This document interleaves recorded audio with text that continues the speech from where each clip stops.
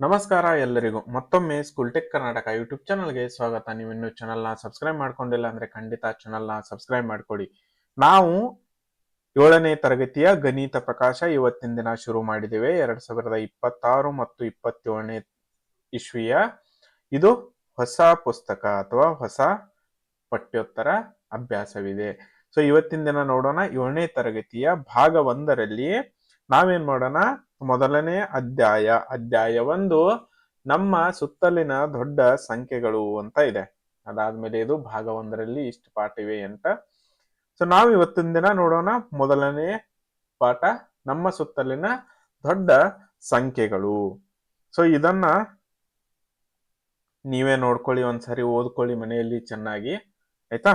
So ಅದಾದ್ಮೇಲೆ ನಾನೇನ್ ಮಾಡ್ತೀನಿ, ಮುಂದಿನ ಲೆಕ್ಕಗಳನ್ನ ನೋಡೋಣ. ನಮ್ಮ ಸುತ್ತಲಿನ ದೊಡ್ಡ ಸಂಖ್ಯೆಗಳು. ಸೊ ಇಲ್ಲಿ 3 ಅಂಕಿಯ ಅತಿ ದೊಡ್ಡ ಸಂಖ್ಯೆ 9999. 4 ಅಂಕಿಯ ಅತಿ ಚಿಕ್ಕ ಸಂಖ್ಯೆ ಪ್ಲಸ್ 1 ಮಾಡಿದ್ರೆ 1000. 4 ಅಂಕಿಯ ಅತಿ ದೊಡ್ಡ ಅಂಕಿ 9999. 5 ಅಂಕಿಯ ಅತಿ ಚಿಕ್ಕ ಸಂಖ್ಯೆ 10,000. 5 ಅಂಕಿಯ ಅತಿ ದೊಡ್ಡ ಸಂಖ್ಯೆ 99,999. ಸೊ ಇಲ್ಲೇನ್ ಕೊಟ್ಟಿದ್ದಾರೆ, 99,995. ಅದಾದ್ಮೇಲೆ ಏನ್ ಬರುತ್ತೆ, ಇಲ್ಲಿ 6 ಬರುತ್ತೆ. 99,996, 97, 98, 99. ಅದಾದ್ಮೇಲೆ 1,00,000 ಬರುತ್ತೆ. 1,00,01, 1,02, 1,03, 1,04. ತಿಳಿತಲ್ವಾ? ಸೊ ಇದು 1,00,000 ಅನ್ನೋದು 6 ಅಂಕಿ ಸಂಖ್ಯೆ ಆಗುತ್ತೆ ಆಯ್ತಾ? ಸೊ ಇಲ್ಲಿ 3 ಇದೆ, ಇಲ್ಲಿ 3 ಇದೆ. 3 + 3 ಎಷ್ಟು? 6 ಅಂಕಿ ಸಂಖ್ಯೆ. ಇದು 6 ಅಂಕಿಯ ಅತಿ ಚಿಕ್ಕ ಸಂಖ್ಯೆ ಕೂಡ ಆಗುತ್ತೆ. ತಿಳಿತಲ್ವಾ? ಸೊ ಅದೇ ರೀತಿ ನಾವಿನ್ ಮತ್ತೆ ಮುಂದೆ ಹೋಗೋಣ. ಮುಂದಿನ ಕ್ವಶನ್ಗಳು ಏನೇನಿದೆ ಅದೆಲ್ಲ ನೋಡೋಣ ಇವತ್ತಿನ ದಿನ. ಸೊ ಇಲ್ಲಿ ನಾನು ಇವುಗಳನ್ನ ಬಿಡಿಸಿದ್ದೇನೆ. ಸೊ ನೀವು ಕೂಡ ಚೆನ್ನಾಗಿ ಅವುಗಳನ್ನ ನೋಟ್ ಮಾಡ್ಕೊಳ್ಳಿ ಮತ್ತು ಸ್ಟಡಿ ಕೂಡ ಮಾಡಿರಿ, ಆಯ್ತಾ? ಸೊ ಒಂದ್ ಸ್ವಲ್ಪ ಚಿಕ್ಕದಾಗಿ ಕಾಣಬಹುದು ಇದು, ಆದರೆ ಇಲ್ಲೇನು ಹೇಳಿದಾರೆ ಅವರು, ಇಷ್ಟು ಹೇಳಿದನು. 1 ವರ್ಷದ ಅಧಿಕ ಅಂದ್ರೆ ನಾವೇನು ಎಷ್ಟು ದಿನಗಳು ಎಂಬುದನ್ನು ನಮಗೆ ತಿಳಿದಿದೆ, 365. ನಾವು y ವರ್ಷಗಳಷ್ಟು ಜೀವಿಸಿದರೆ ನಮ್ಮ ಜೀವಿತಾವಧಿಯಲ್ಲಿ 365 × y ದಿನಗಳಿರುತ್ತವೆ. ಅಂದ್ರೆ ಈಗ ನಾನೇನ್ ಮಾಡ್ತೀನಿ, ನಾವು ಅಂದಾಜು 90 ವರ್ಷ ಬದುಕ್ತೀವಿ ಅಂತ ತಿಳ್ಕೊಳ್ಳಿ. ಸೊ ಆದ್ದರಿಂದ 365 ಇವು ವರ್ಷದ ದಿನಗಳು, 90 ವರ್ಷ ಎಷ್ಟು? 98,550. ಅಂದ್ರೆ 1,00,000ಕ್ಕೆ ಸಮೀಪದಂತಿರುವಂತೆ ಅವರು ತಗೋಂತ ಹೇಳಿದ್ದಾರೆ. ಆದ್ದರಿಂದ 98,550 ಇದು 1,00,000ಕ್ಕೆ ಸಮೀಪವಿದೆ. ಈತಲ್ವಾ? ಸೊ 6 ಅಂಕಿಯ ಸಮೀಪಕ್ಕೆ ಇದೆ. ಅದಾದ್ಮೇಲೆ ಇನ್ನು ನೋಡಿ,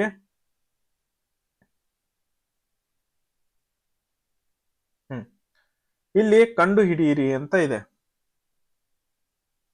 ಆಯ್ತಾ? ಕಂಡು ಹಿಡಿಯಿರಿ. ಮೊದಲನೇ ಲೆಕ್ಕ ಏನಿದೆ, 2011ರ ಜನಗಣತಿ ಪ್ರಕಾರ ಚಿಂತಾಮಣಿ ಪಟ್ಟಣದ ಜನಸಂಖ್ಯೆ ಸುಮಾರು 75,000 ಇತ್ತು. 75,000 1,00,000ಕ್ಕೆ ಎಷ್ಟು ಕಡಿಮೆ ಇದೆ? ನಾವೇನ್ ಮಾಡೋಣ, 1,00,000ದಲ್ಲಿ 75,000 ಮೈನಸ್ ಮಾಡೋಣ. ಎಷ್ಟು ಕಮ್ಮಿ ಇದೆ ಅದು ಬರುತ್ತೆ. ಸೊ 25,000 ಕಡಿಮೆ ಇದೆ, ಈತಲ್ವಾ? ಸೊ ಇದು ಮೊದಲನೇ ಲೆಕ್ಕ. ಇನ್ನು ಎರಡನೇದು, 2024ಕ್ಕೆ ಚಿಂತಾಮಣಿ ಪಟ್ಟಣದ ಅಂದಾಜಿತ ಜನಸಂಖ್ಯೆ 1,06,000. 1,00,000ಕ್ಕಿಂತ 1,06,000 ಎಷ್ಟು ಹೆಚ್ಚಾಗಿದೆ? ಇಲ್ಲಿ ನಾವೇನ್ ಮಾಡ್ಬೇಕಾಗಿದೆ, 1,06,000 ದೊಡ್ಡ ಸಂಖ್ಯೆಯನ್ನ ಅದರಲ್ಲಿ 1,00,000 ಕಳಿಬೇಕು. 6,000 ಹೆಚ್ಚು ಇದೆ ಅಂತ ಬರೀರಿ. ಇದು ಎರಡನೇ ಪ್ರಶ್ನೆಯ ಉತ್ತರ. ಅದೇ ರೀತಿ ಇನ್ನು ಮೂರನೆಯ ಪ್ರಶ್ನೆ, 2011ರಿಂದ 2024ಕ್ಕೆ ಚಿಂತಾಮಣಿಯ ಜನಸಂಖ್ಯೆಯಲ್ಲಿ ಎಷ್ಟು ಹೆಚ್ಚಳವಾಗಿದೆ? 1,06,000 ಮತ್ತೆ 75,000, 31,000 ಜನಸಂಖ್ಯೆ ಹೆಚ್ಚಳವಾಗಿದೆ. ಇದು ಮೂರನೇ ಪ್ರಶ್ನೆಯ ಉತ್ತರ ಆಗುತ್ತದೆ. ಇನ್ನು ಇದು ಮಹಡಿಯ ಒಂದು ಪ್ರಾಬ್ಲಮ್ ಇದೆ. ಸೊ ಇಲ್ಲಿ ನೋಡೋಣ, ಮಹಡಿ ಎಷ್ಟಿವೆ? 1, 2, 3, 4, 5, 6, 7, 8, 9, 10 ಇವೆ. 10 ಇದೆಯಾ? ಬಲಭಾಗದಲ್ಲಿ ನೀಡಿರುವ ಚಿತ್ರವನ್ನು ವೀಕ್ಷಿಸಿ. ಸೋಮು 1 ಮೀಟರ್ ಎತ್ತರವಿದ್ದಾನೆ. ಇಲ್ಲಿದ್ದಾನೆ ಅವನು, ಸೋಮು ಮೇಲ್ಗಡೆ.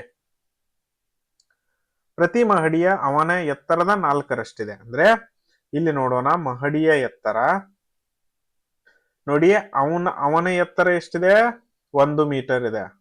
ಮತ್ತು ಒಂದು ಮಹಡಿ ಎಷ್ಟಿದೆ? ಅವನ 4ರಷ್ಟಿದೆ. ಅಂದ್ರೆ ಎಷ್ಟಾಯ್ತಿದು? 4 ಮೀಟರ್ ಒಂದು ಮಹಡಿಯ ಉದ್ದ ಆಯ್ತು. ಆಯ್ತಾ? ಇನ್ನು ಟೋಟಲ್ ಮಹಡಿಯ ಎತ್ತರ ನೋಡೋಣ. ಮಹಡಿಯ ಎತ್ತರ 10 ಮಹಡಿ ಇವೆ ಅಂತ ಹೇಳಿದ್ದಾರೆ. ಆಯ್ತಾ? 10 ಮಹಡಿ ನಾವಿಲ್ಲಿ ಎಣಿಸುದು ಅಲ್ಲ ಇವಾಗ, 10 ಮಹಡಿ. ಆಯ್ತಾ? ಗುಣಿಲೆ 1 ಮಹಡಿ ಅಂದ್ರೆ 4 ಮೀಟರ್. ಸೊ ಪೂರ್ತಿ ಮಹಡಿಯ ಉದ್ದ ಎಷ್ಟು? 40 ಮೀಟರ್ ಇದೆ. ಸಿಗುತ್ತಲ್ವಾ? ಸೊ ಅಂದಾಜು 40 ಮೀಟರ್. ಅದಾದ್ಮೇಲೆ ಯಾವುದು ಎತ್ತರ, ಏಕತಾ ಪ್ರತಿಮೆ ಅಥವಾ ಈ ಕಟ್ಟಡ ಎಷ್ಟು ಹೆಚ್ಚು ಎತ್ತರವಿದೆ? ನೋಡಿ, ಈ ಪ್ರತಿಮೆನ ಅಥವಾ ಈ ಮಹಡಿನ ಉದ್ದವಿದೆ ಅಂತ ಕೇಳ್ತಾ ಇದ್ದಾರೆ. ಸೊ ಪ್ರತಿಮೆ ಎಷ್ಟಿದೆ? ಅಂದಾಜು 180 ಮೀಟರ್ ಇದೆ. ಆಯ್ತಾ? ಮಹಡಿ ಎಷ್ಟಿದೆ? 40 ಮೀಟರ್ ಇದೆ. ಸೊ ಮಹಡಿ ಚಿಕ್ಕದು, ಅಂದ್ರೆ ಪ್ರತಿಮೆ 140 ಮೀಟರ್ ಎತ್ತರವಿದೆ. ಯಾವ್ದು ದೊಡ್ಡದಿದೆ? ಪ್ರತಿಮೆ. ಎಷ್ಟು ಮೀಟರ್ ಎತ್ತರ ಇದೆ? 140 ಮೀಟರ್. ಅದಾದ್ಮೇಲೆ ಇಲ್ಲಿ ಈ ಪ್ರಶ್ನೆ ಬರುತ್ತೆ, ಸೋಮುವಿನ ಕಟ್ಟಡಕ್ಕಿಂತ ಕುಂಚಿಕಲ್ ಜಲಪಾತವು ಎಷ್ಟು ಎತ್ತರವಾಗಿದೆ? ನೋಡಿ, ಕುಂಚಿಕಲ್ ಜಲಪಾತವು ಅಂದಾಜು ಇಲ್ಲಿ 450 ಮೀಟರ್ ತಗೊಳ್ಳಿ, ಮೈನಸ್ ಕಟ್ಟಡ ಎಷ್ಟಿದೆ? 40 ಮೀಟರ್. So 410 metre ಎತ್ತರವಿದೆ. ಯಾವುದು? ಕುಂಚಿಕಲ್ ಜಲಪಾತ. ಅದಾದ್ಮೇಲೆ ಮುಂದೆ ಜಲಪಾತದ ಎತ್ತರಕ್ಕೆ ಸಮವಾಗಲು ಸೋಮುವಿನ ಕಟ್ಟಡದ ಎಷ್ಟು ಮಹಡಿಗಳಿರಬೇಕು ಅಂತ ಕೇಳಿದ್ದಾರೆ. ಉತ್ತರ ಇದು 3ನೇ ಪ್ರಶ್ನೆ ಆಗುತ್ತೆ. ಬೇಕಾಗಿರುವ ಕಟ್ಟಡಗಳ ಸಂಖ್ಯೆ. ಸೊ ನೋಡೋಣ ಇವಾಗ, ಜಲಪಾತ ಎಷ್ಟು ಉದ್ದಿದೆ? 450 ಮೀಟರ್. ಆಯ್ತಾ? ಡಿವೈಡೆಡ್ ಬೈ ಒಂದು ಮಹಡಿಯ ಉದ್ದ ಎಷ್ಟು? 4. 450 ಡಿವೈಡೆಡ್ ಬೈ 4 ಮಾಡಿದರೆ 112.5 ಬರುತ್ತೆ. ಅಂದರೆ ಅದನ್ನ ನಾವು ಸರಾಸರಿ ಅರ್ಧ ಹೆಚ್ಚು ತಗೊಂಡ್ರೆ 113 ಮಹಡಿ ಆಗುತ್ತದೆ. ಸೊ ನಮಗೆ ಟೋಟಲ್ ಆಗಿ 113 ಮಹಡಿ ಬೇಕು ಈ ಉದ್ದದ ಸಮೀಪಕ್ಕೆ ಬರಲು ಆ ಕಟ್ಟಡ. ತಿಳಿತಲ್ವಾ? ಅದೇ ರೀತಿ ಇಲ್ಲೂ ಕೂಡ ಇದೆ. ಇಲ್ಲಿ ನೋಡಿ,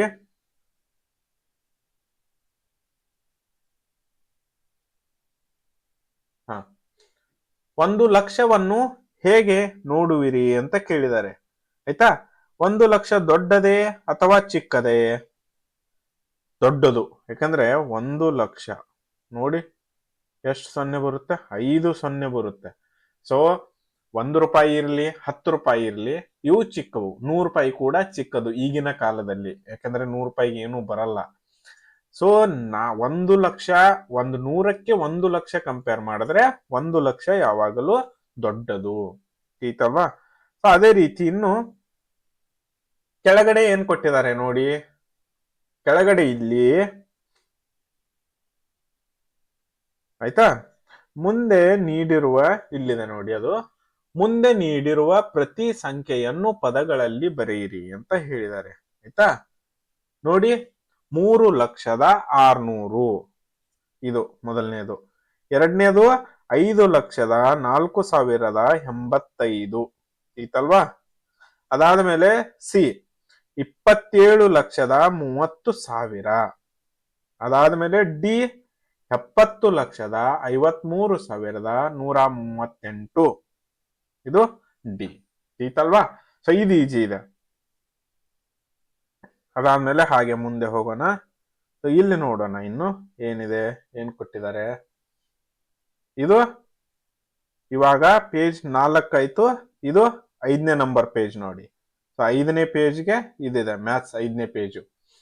ಏನಿದೆ, ಮುಂದಿನ ಪ್ರತಿಯೊಂದಕ್ಕೂ ಭಾರತೀಯ ಸ್ಥಾನ ಬೆಲೆ ಪದ್ಧತಿಯಲ್ಲಿ ಸಂಬಂಧಿಸಿದ ಸಂಖ್ಯೆಯನ್ನು ಬರೆಯಿ ಅಂತ ಹೇಳಿದ್ದಾರೆ. ಎ ಎಷ್ಟಿದೆ? 1,23,456. 1 2 3 4 5 6 ಬಂದಿದ್ದಾರೆ. ಆಯ್ತಾ? So B 4,07,704. ಇನ್ನು ಸಿ 50,50,50. ಆಯ್ತಾ? ಸೊ ಇನ್ನು ಡಿ 10,235. 10,235 ಅಂತ.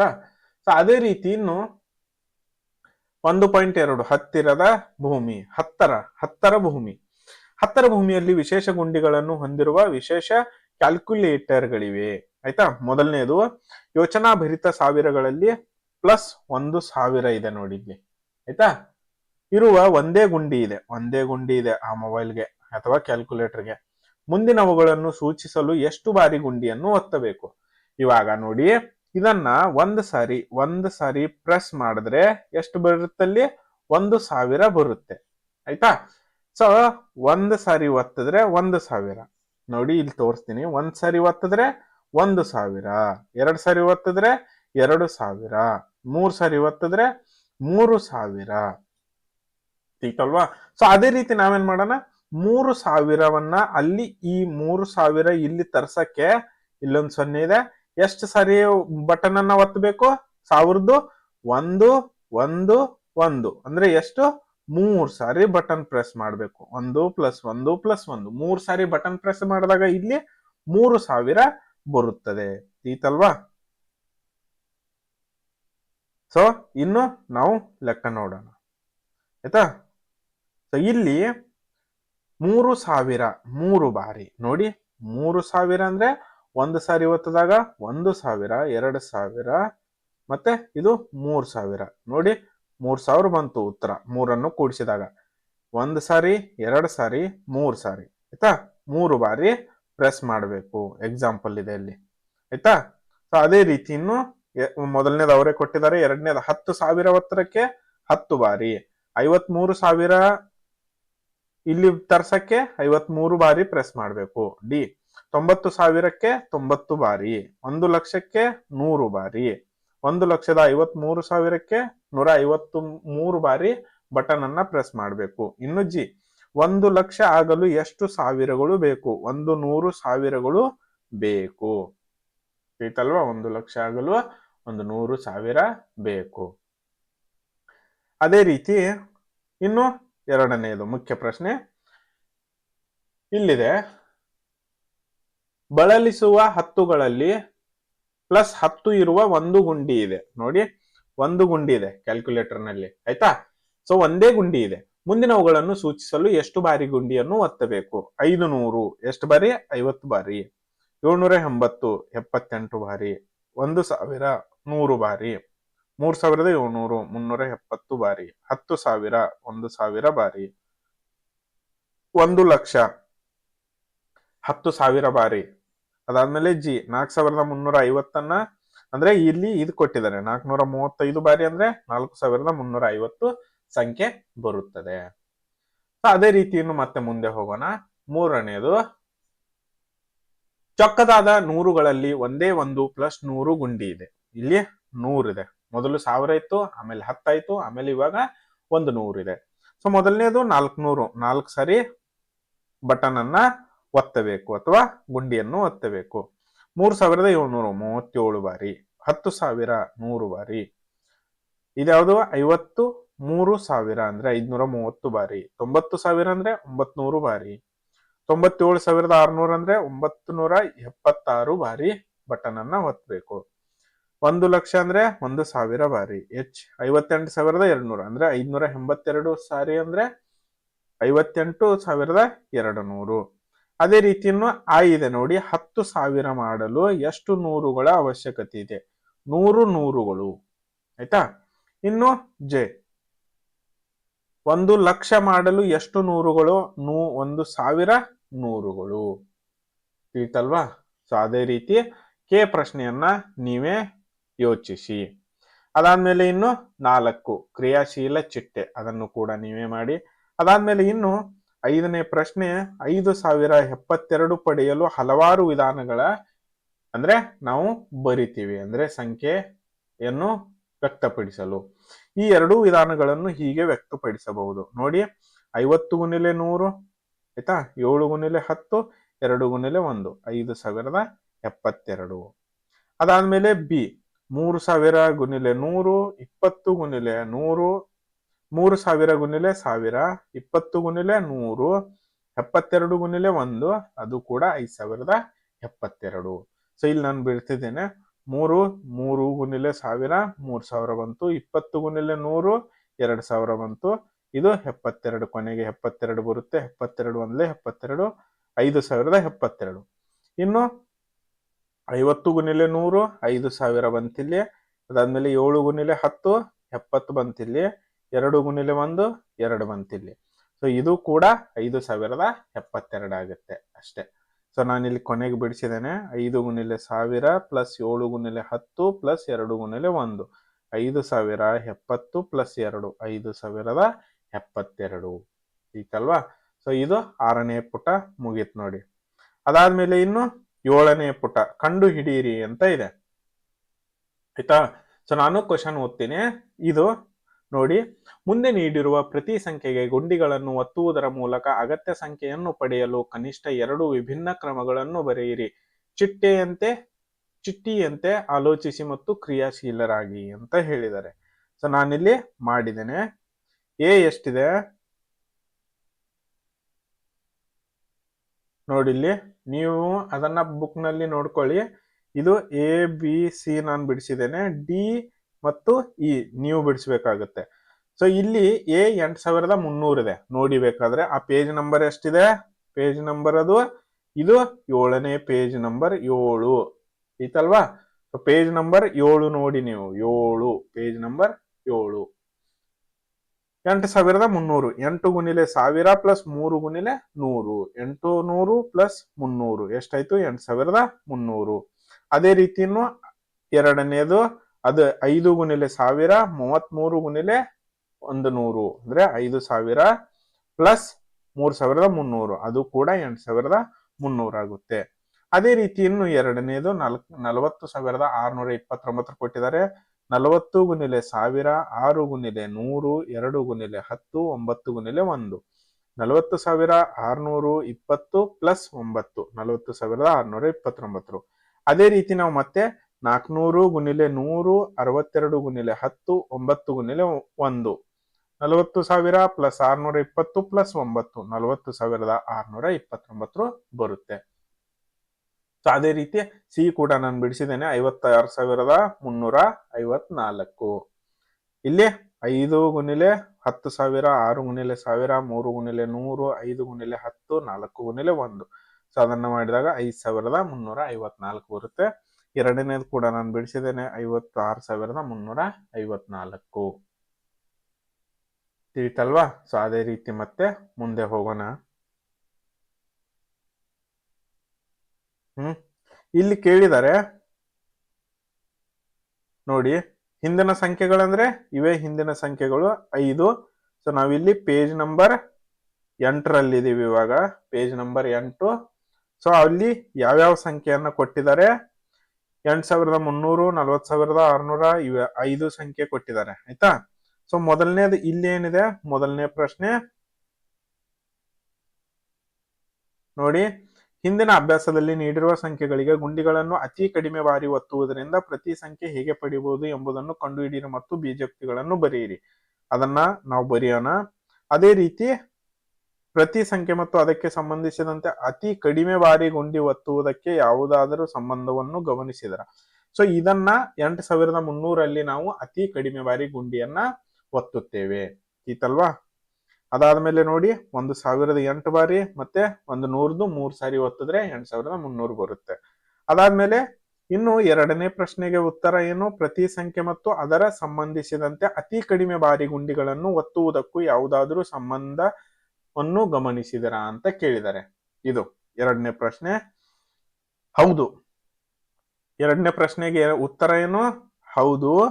ಸ್ಥಾನ ಬೆಲೆ ಪದ್ಧತಿಯು ಒಂದು ಸಂಖ್ಯೆಯಲ್ಲಿ ಎಷ್ಟು 1000 100 10 ಮತ್ತು ಬಿಡಿಗಳಿವೆ ಎಂಬುದನ್ನು ಸ್ಪಷ್ಟವಾಗಿ ತೋರಿಸುತ್ತದೆ ಗುಂಡಿ ಒತ್ತುವುದರ ಮೂಲಕ.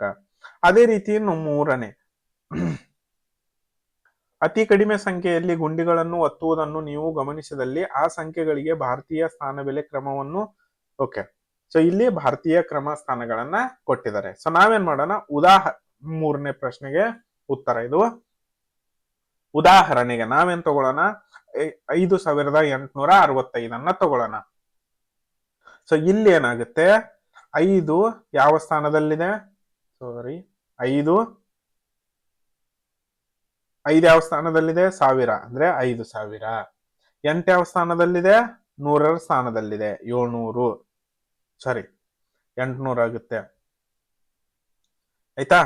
ಇನ್ನು 6 ಯಾವ ಸ್ಥಾನದಲ್ಲಿದೆ? 10ರ ಸ್ಥಾನದಲ್ಲಿದೆ, ಅಂದ್ರೆ ಬೆಲೆ ಎಷ್ಟಾಗುತ್ತೆ? 60. ಅದಾದ್ಮೇಲೆ ಇನ್ನು ಕೊನೆಗೆ 5 ಎಲ್ಲಿದೆ? ಬಿಡಿ ಸ್ಥಾನದಲ್ಲಿದೆ, 10ರ ಸ್ಥಾನ 5 ಅಷ್ಟೇ ಆಗುತ್ತೆ. ಸೊ ನಾವೇನ್ ಮಾಡೋಣ, ಪ್ಲಸ್ 1000 ಬಟನ್ ಒತ್ತದಾಗ 1000ದ ಅಂಕೆ ಬರುತ್ತೆ. 100ರ ಬಟನ್ ಒತ್ತದಾಗ 100ರ ಅಂಕೆ. ಆಯ್ತಾ? ಪ್ಲಸ್ 10ರ ಬಟನ್ ಒತ್ತದಾಗ 10ರ ಅಂಕೆ.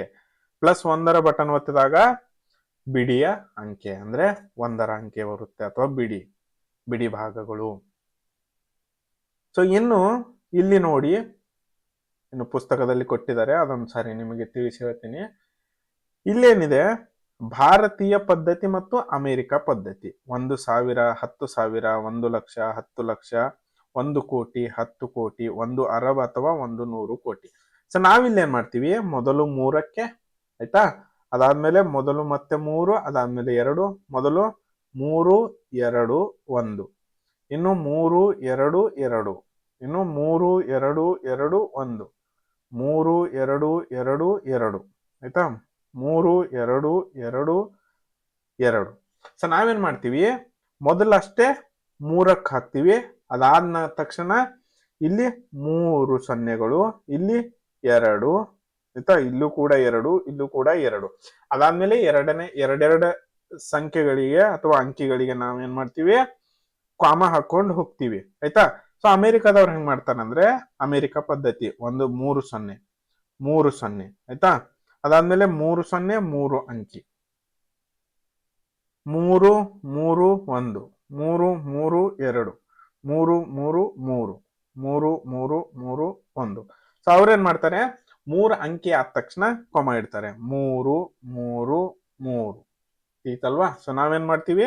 ಮೊದಲಷ್ಟೇ 3ಕ್ಕೆ ಇಡ್ತೀವಿ, ಅದಾದ್ಮೇಲೆ ನಾವೆಲ್ಲ ಎರಡೆರಡು ಅಂಕಿಗಳನ್ನ ಬಿಟ್ಟು ಕಾಮ ಇಟ್ಕೊಂಡು ಹೋಗ್ತೀವಿ, ಆಯ್ತಾ? ಸೊ ಇದು ಇಲ್ಲಿ ನೋಡಿ 8ನೇ ಪೇಜ್ ಮೇಲೆ ಇದಿತ್ತು, ಮುಗೀತು, ಆಯ್ತಾ? ಸೊ ನಾವಿನ್ನು 9ನೇ ಪೇಜಿಗೆ ಬಂದ್ವಿ ನೋಡಿ, ಆಯ್ತಾ? ಸೊ ಇಲ್ಲಿ 1-2 ಪ್ರಶ್ನೆ ಇದೆ. ಇಲ್ಲಿ 1,000 ಲಕ್ಷದಲ್ಲಿ ಎಷ್ಟು ಸೊನ್ನೆಗಳಿರುತ್ತವೆ ನೋಡೋಣ. 1,000 ಲಕ್ಷ, 1,000 ಲಕ್ಷ ಬರ್ಕೊಳ್ಳೋಣ ಮೊದಲು. 1 2 3 4 5 6 7 8 8 ಸೊನ್ನೆ ಇರುತ್ತೆ, ಆಯ್ತಾ? ಇನ್ನು 2ನೇ ಪ್ರಶ್ನೆ, 100,000ದಲ್ಲಿ ಎಷ್ಟು ಸೊನ್ನೆಗಳಿರ್ತವೆ? 100,000, 1 2 3 4 5, 5 ಸೊನ್ನೆಗಳಿರುತ್ತವೆ, ಇರ್ತಲ್ವಾ? ಸೊ ಅದೇ ರೀತಿಯನ್ನು ಮತ್ತೆ ಮುಂದೆ ಹೋಗೋಣ. ಸೊ ಇಲ್ಲೇನ್ ಕೊಟ್ಟಿದ್ದಾರೆ? ಕಂಡು ಹಿಡಿಯಿರಿ. ಮೊದಲನೇದೇನ್ ಕೊಟ್ಟಿದ್ದಾರೆ?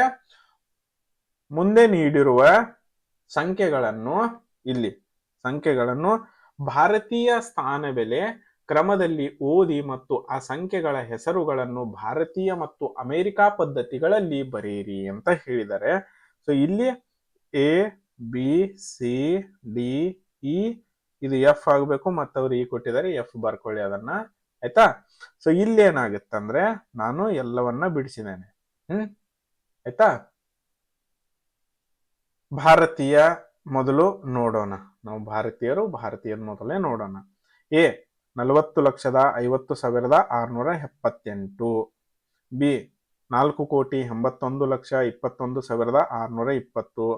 ಅದಾದ್ಮೇಲೆ 2,22,2,002. ಅದಾದ್ಮೇಲೆ 24,68,13,579. ಅದಾದ್ಮೇಲೆ 34,50,50,50,543. ಅದಾದ್ಮೇಲೆ ಕೊನೆಗೆ ನೋಡಿ 1 ಅರಬ್ 2 ಕೋಟಿ 3,04,50,000 ಈತಲ್ವಾ? ಸೊ ಹೀಗಿದನ್ನ ಓದಬೇಕು. ಅದಾದ್ಮೇಲೆ ಇನ್ನು ಅಮೆರಿಕ ನೋಡಿ, ಇಲ್ಲಿ ಮೊದಲನೇದು ಎಷ್ಟು ಬರುತ್ತೆ? 4, ಇಲ್ಲೆಷ್ಟು ಬರುತ್ತೆ? ಇದು 100 ಆಯ್ತು. ಅದಾದ್ಮೇಲೆ ಇದು 1000 ಆಯ್ತು. 40 ಲಕ್ಷ ಅಂದ್ರೆ ಇದು 4,50,000,000. 621,678. ಇದು 48,121,620. 20 ಮಿಲಿಯನ್ 246,813. ಇದು 813,579. 345,543. ಈತಲ್ವಾ? ಸೊ ಕೊನೆಗೆ ಏನ್ ಬರುತ್ತದು 1,20,20,304,050. ಇದು ಕೊನೆಯದು. ಈತಲ್ವಾ? ಸೊ ಇದು ನೋಡಿ 48,121,620. 20,022,2. ಇಷ್ಟು ಬರುತ್ತೆ. ಆಯ್ತಾ? ಸೊ ಅದಾದ್ಮೇಲೆ ನಾವು ಮತ್ತೇನ ಮುಂದಿನ ಲೆಕ್ಕಕ್ಕೆ ಹೋಗೋಣ. ಇನ್ನು 2ನೇ ಲೆಕ್ಕ ಇದೆ ನೋಡಿ, ಇಲ್ಲಿ ಒಂದು ನೋಡಿ. ಆಯ್ತಾ? ಮುಂದಿನ ಸಂಖ್ಯೆಗಳನ್ನು ಭಾರತೀಯ ಸ್ಥಾನ ಬೆಲೆ ಕ್ರಮದಲ್ಲಿ ಬರೆಯಿರಿ ಅಂತ ಹೇಳಿದ್ದಾರೆ. ಎ 1,01,01,000. ನೋಡಿ 1,01,01,010. ಇನ್ನು ಬಿ 1 ಬಿಲಿಯನ್ 1 ಮಿಲಿಯನ್, ಅದಾದ್ಮೇಲೆ 1,001. ಈತಲ್ವಾ? ಅದಾದ್ಮೇಲೆ ಸಿ 10 ಕೋಟಿ 20 ಲಕ್ಷ 30,040.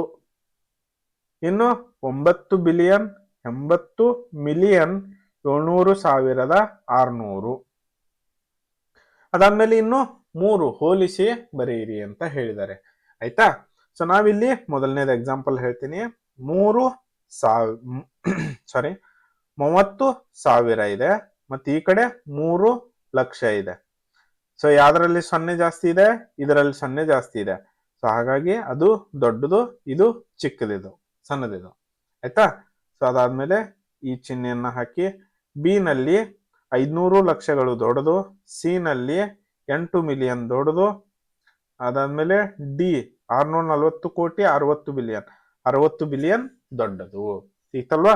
ಸೊ ಇದು 9ನೇ ಪೇಜ್ ಮೇಲೆ ಇದೆ ನೋಡಿ. ಇವೆಲ್ಲ ಅಭ್ಯಾಸ 9ನೇ ಪೇಜ್ ಕೂಡ ಮುಗೀತು. ಅದಾದ್ಮೇಲೆ ಇನ್ನು ನಿಖರ ಮತ್ತು ಅಂದಾಜು ಬೆಲೆಗಳು ಅಂತ ಹೇಳ್ತಾ ಇದ್ದಾರೆ. ಆಯ್ತಾ? ಸೊ ಅದೇನಿದೆ ನೋಡೋಣ ಅದನ್ನು ಕೂಡ.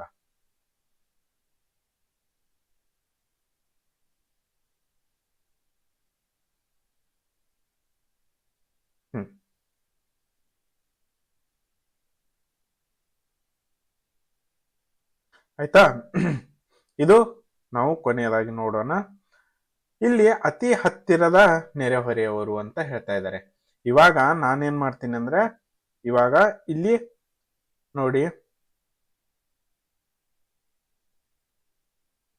ಸಮೀಪದ 1000 ಕೊನೆಗೆ 3 0 ಬಂದಿರುತ್ತೆ. ಆಯ್ತಾ? ಸಮೀಪದ 10,000 ಕೊನೆಗೆ 4 0 ಬಂದಿರುತ್ತೆ. ಸಮೀಪದ ಲಕ್ಷ ಕೊನೆಗೆ 5 0 ಬಂದಿರುತ್ತೆ. ಸಮೀಪದ 10 ಲಕ್ಷ ಕೊನೆಗೆ 6 0 7 0. ಈತಲ್ವಾ?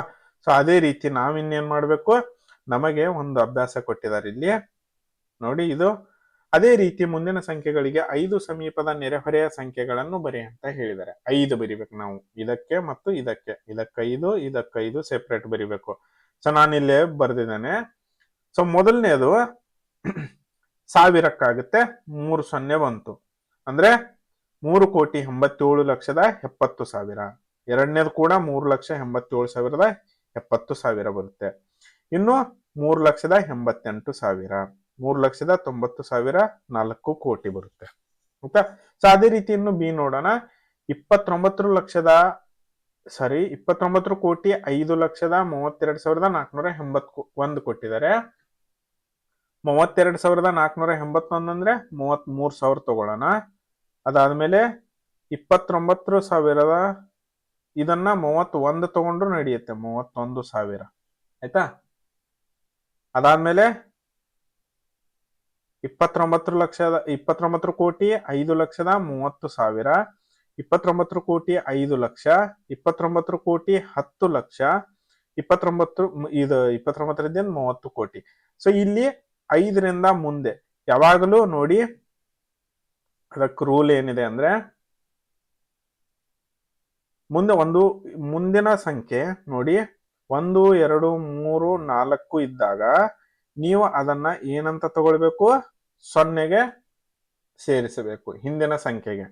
ಅದೇ ರೀತಿ 5, 6, 7, 8, 9 ಇದ್ರೆ ಅದನ್ನ ಮುಂದಿನ ಸಂಖ್ಯೆಗೆ ಸೇರಿಸಬೇಕು. ಅಂದ್ರೆ ಇದರಲ್ಲಿ +1 ಮಾಡಬೇಕು. ಸೊ ಇದರಲ್ಲಿ -1 ಮಾಡಬೇಕು. ಈತಲ್ವಾ? ಸೊ ಇವಾಗ 1, 2, 3, 4 ಇದ್ರೆ ಇದನ್ನ ಮೇಲ್ಗಡೆ ಒಯ್ಯೋದು, 0 ಬರೆಯೋದು. 5, 6, 7, 8, 9 ಇದ್ರೆ ಇದನ್ನ 10 ಅಂತ ಬರಿಬೇಕು. ಸೊ ಮುಂದಿನ ಸಂಖ್ಯೆಗೆ ರೌಂಡ್ ಅಪ್ ಮಾಡಬೇಕು. ಆಯ್ತಾ? ಸೊ ಅದಾದ್ಮೇಲೆ ಇದಾಯ್ತು. ಇನ್ನು ಓಕೆ, ಸೊ ಇಲ್ಲಿ ನನ್ನಲ್ಲಿ ಒಂದು ಸಂಖ್ಯೆ ಇದ್ದು ಅದರ ಎಲ್ಲ ಸಮೀಪದ 5 ನೆರೆಹೊರೆಯವರು 5 ಕೋಟಿ ಆ ಸಂಖ್ಯೆ ಆಗಿರಬಹುದು. ಅಂತಹ ಎಷ್ಟು ಸಂಖ್ಯೆಗಳಿವೆ? ರೋಕ್ಷಿ ಮತ್ತು ಇಷ್ಟು ಸರಳ. ಓಕೆ, ಸೊ ಇದು ಆ ಸಂಖ್ಯೆ 4,99,99,99,499 ಆಗುತ್ತೆ. ಆಯ್ತಾ? ಸೊ ಇಲ್ಲಿ ಯಾಕಂದ್ರೆ ಇದಕ್ಕೆ +1 ಮಾಡಿದನಂದ್ರೆ ಇದು 9 ಇದ್ದಂದು 10 ಆಯ್ತು, ಇಲ್ಲಿ ಮತ್ತೆ 9 ಮತ್ತೆ 10 ಆಯ್ತು, ಇಲ್ಲಿ ಇದು 5 ಆಗುತ್ತೆ. ಆಯ್ತಾ? ಸೊ ಇದು 9 9 9 9 4 ಬರುತ್ತೆ. ಈತಲ್ವಾ? ಸೊ ಅದೇ ರೀತಿ 500 ಅಂತಹ ಸಂಖ್ಯೆಗಳಿವೆ. ಅಂದಾಜು 500 ಅಂಕಿಗಳಿವೆ. ಅದಾದ್ಮೇಲೆ ಇನ್ನು ಇಲ್ಲಿ ಒಂದು ಲೆಕ್ಕ ಇದೆ.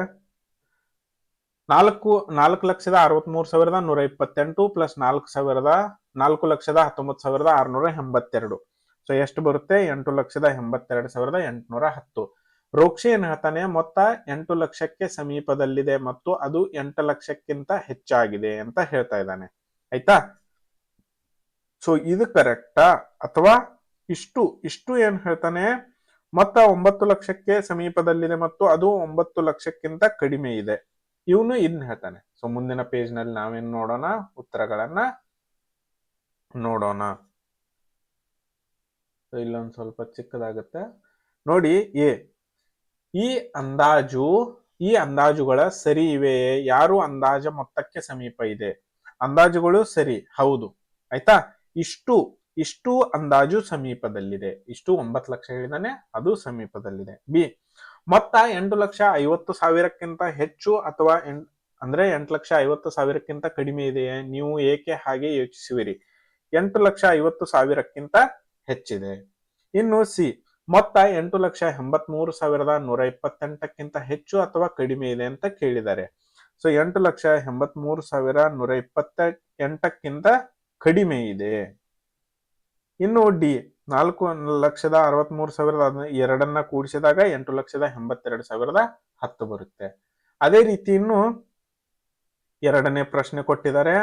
ಇಲ್ಲಿ 14,63,128 ಮೈನಸ್ 4,90,000. ಸೊ ಉತ್ತರ ಎಷ್ಟು ಬರುತ್ತೆ? 9,73,128 ಬರುತ್ತೆ. ಆಯ್ತಾ? ಸೊ ಇಲ್ಲಿ ಈ ಅಂದಾಜು ಸರಿಯೇ? ಯಾರು ಅಂದಾಜು? ಯಾವುದು? ರೋಕ್ಷಿ ಅಂದಾಜು ಸರಿ ಇದೆ. ಇನ್ನು ವ್ಯತ್ಯಾಸ 9,50,000ಕ್ಕಿಂತ ಹೆಚ್ಚಿದೆ. ಇನ್ನು ಸಿ, ವ್ಯತ್ಯಾಸ 9,63,128ಕ್ಕಿಂತ ಹೆಚ್ಚಿದೆ. ಇನ್ನು ಡಿ